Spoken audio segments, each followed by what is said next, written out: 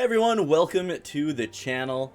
I wanted to give you guys kind of the absolute best way to grind in Dragon Quest III HD2D Remake. I just want to preface this by saying you won't have access to this part of the game until after you've beaten the main story completely. After you've beaten the game and the credits have rolled, you will gain access to the Dragon Queen's castle.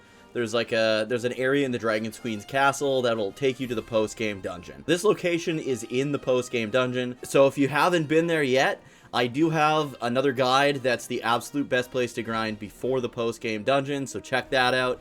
I'll put that in the description. If you guys enjoy Dragon Quest content, top 10 videos, JRPG content, reviews, podcasts, all that good stuff, please remember to like, subscribe, and turn notifications to all so you won't miss the next video. Now let's begin. Alright, so the first thing I'm going to do is actually show you how to get here. If you've beaten the main game and have been to the Dragon Queen's castle, you can just zoom directly there. If you've beaten the post-game or you've done some of the post-game dungeon to get to kind of the halfway point, which is called, I believe it's the Cloudgate Citadel, you can warp directly there to get to this location the quickest. But I'm going to show you guys how to get there from scratch, alright? So if you haven't even been to the Dragon Queen's castle. Alright, so one of the places you can start from to get to the Dragon Queen's castle is Shrine of the Dwarf or whatever. And you want to use Ramia to get there. And it's just to the kind of northwest here. It's surrounded by the mountains.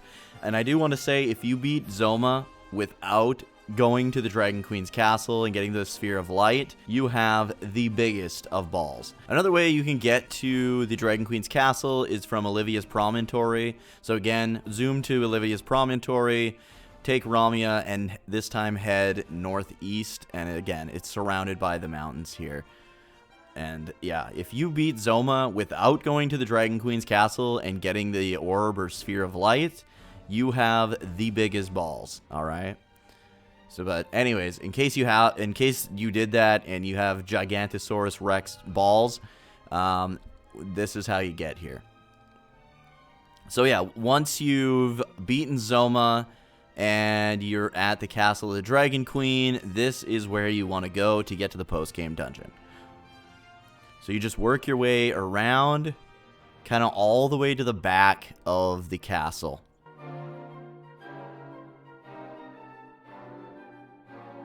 Through all these doors.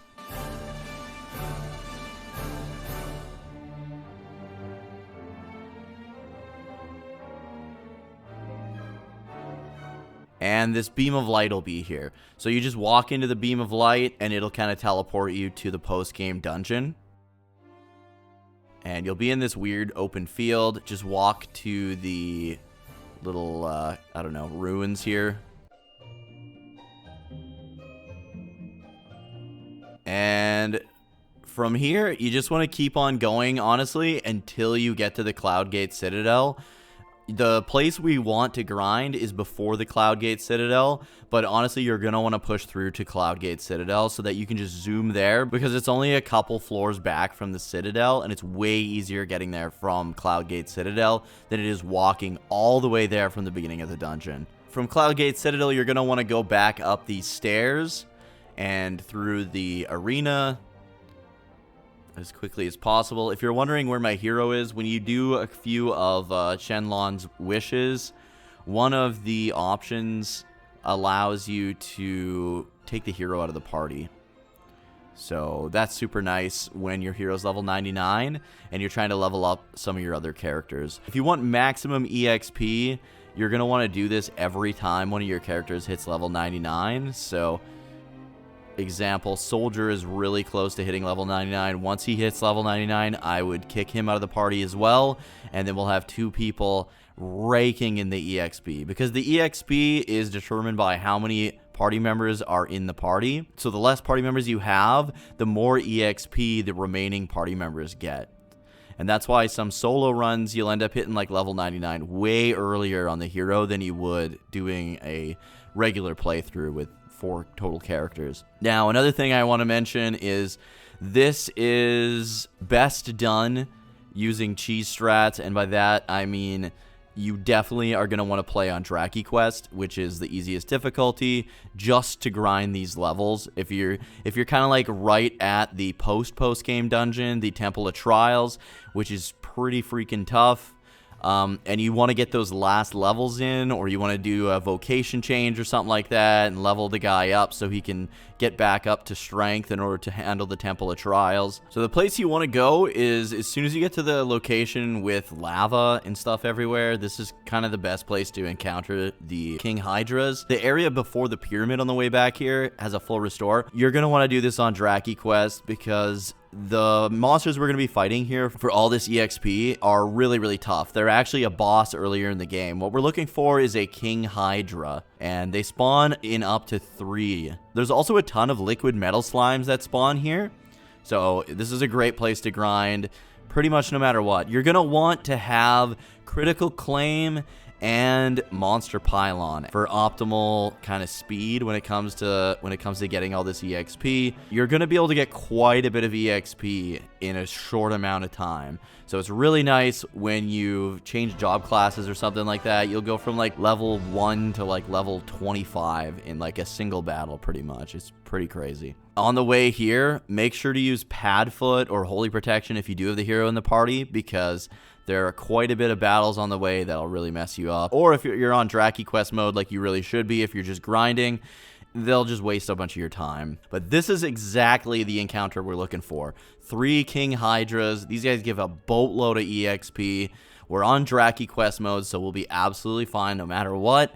And if you want to just put your characters on Show No Mercy and pop in some Dragon Ball and just relax, watch a show of your choosing, and just hit the grind hard, man. I love grinding. It's relaxing to me. It's one of my favorite things to do, is just chill out and watch my characters beat some ass. So yeah, this is the best place to grind in all of Dragon Quest III HD2D Remake. But again, you're going to want to put some cheese strats on. You're going to want to put it on Draki Quest mode. You're definitely going to want to have critical claim. You're going to want to have monster pylon, stuff like that, in order to speed the process up. I mean, you're not going to die against these guys, obviously, on Draki Quest mode, but this grind method is all about getting the most EXP in the smallest amount of time, and this is the way to do that. If you're not interested in playing on Draki Quest at all, I completely understand.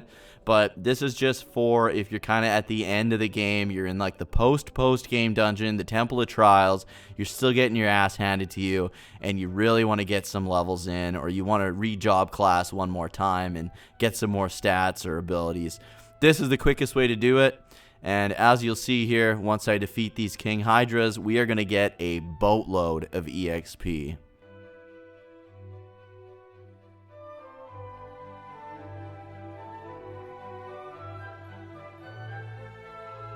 These guys are going to status effect the crap out of you, but like I said, you'll be fine. You're on Draki Quest mode. Even if you got like a level 1 or a low level character that was just revocationed, you'll be absolutely fine. And that's kind of the whole point of this, is just the quickest EXP. There's no risk. That's why it's easy and it's cheesy, baby. Alright, so there they are, and yeah, you get a ton of EXP, man. Everybody's going to level up. It's the best way to grind in the late post-game. And yeah, there you have it. So I hope this helped you guys out. If it did, let me know in the comments what your final party is, so everybody can kind of compare what they've got for a final party. Do you have all the abilities and spells? What is it kind of looking like for you guys? Alright, thank you guys so much for watching. I hope you guys enjoyed the video. I hope this helped you guys out. If it did, please remember to like, subscribe, and turn notifications to all so you won't miss the next video. I'm trying to get to 5,000 subscribers, and with your help, I think we can do it. If you're looking for some other Dragon Quest III HD2D remake guides, I've got a ton of them on the channel, so be sure to check those guys out. If you want to catch me live, I'm here on YouTube as well as Twitch at twitch.tv/Dookie03 at least 3 nights per week. We've been playing a bunch of Gundam games for December. I do Space Miss every December, all December long, playing space-themed games, and this year, the theme is Gundam. So if you want to check out some cool Gundam games, be sure to watch me live. And I always do a big New Year's Eve stream, so look forward to that as well. Anyways, guys, thanks so much for coming out, and I'll see you guys in the next one.